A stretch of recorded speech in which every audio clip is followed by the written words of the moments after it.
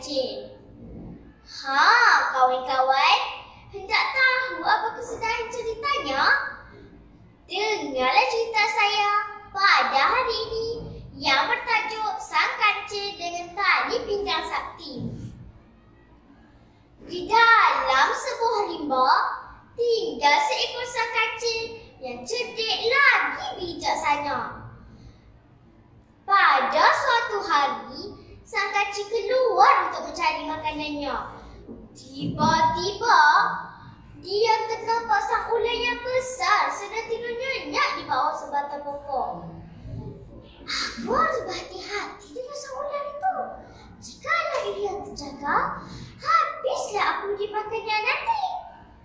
Bisik sang kancil di dalam hatinya. Tanpa membuang masa, sang kancil pun beredar dari tempat itu. Kemudian, sang kancil meneruskan perjalanannya untuk mencari makanan. Tiba-tiba, kedengaran bunyi riuh rendah suara binatang-binatang di dalam hutan itu. Lari! Lari! Lari sang kancil! Sang harimau hendak makan kita! Jerit sang anak dan sang monyet. Sambil berlari, lintah pukang. Belum sempat sang kancil melarikan diri. Tiba-tiba, sang harimau terus menerkam ke arah sang kancil. Sang kancil menggigil dan menangis ketakutan. Ho, ho, ho! Nampaknya hari ini engkau akan menjadi makanan aku, sang kancil. Ha, ha, ha, ha! Ketawa sang harimau. Wahai sang harimau, janganlah makan aku. Lepaskanlah aku. Kasihanilah aku, sang harimau. Rayu sang kancil. Sang kancil mencari akal untuk melepaskan dirinya. Dan dia teringat akan sang ular yang sedang tidur nyenyak di bawah sebatang pokok. Wahai sang harimau, aku mempunyai tali pinggang sakti yang simpan di bawah sebatang pokok.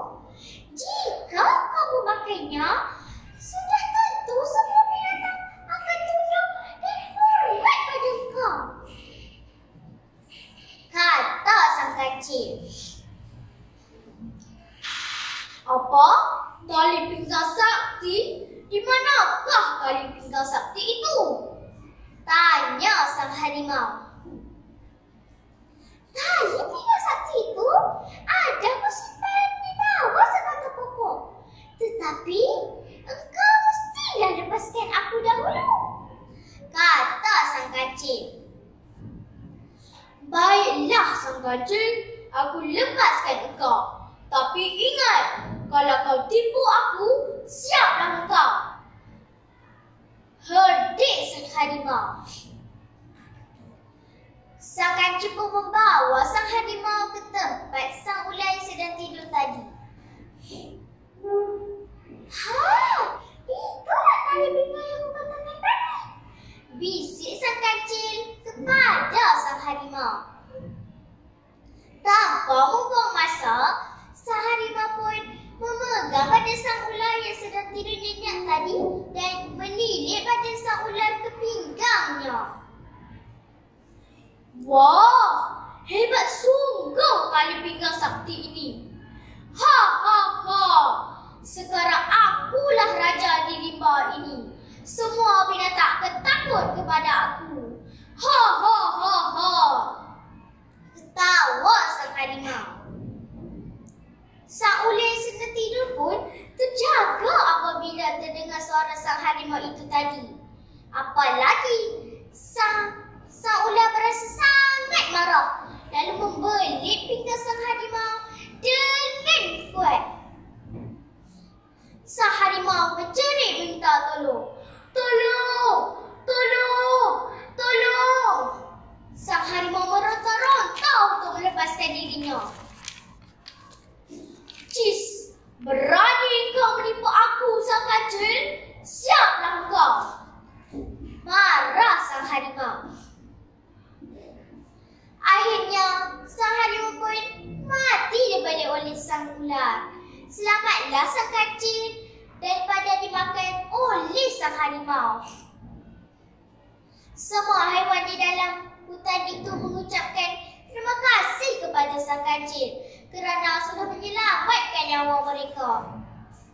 Selesai sudah kisah sang kancil yang cerdik lagi bijaksana, berjaya menumpas musuh yang ganas. Hidupan hutan aman dan bahagia. Sekian, terima kasih.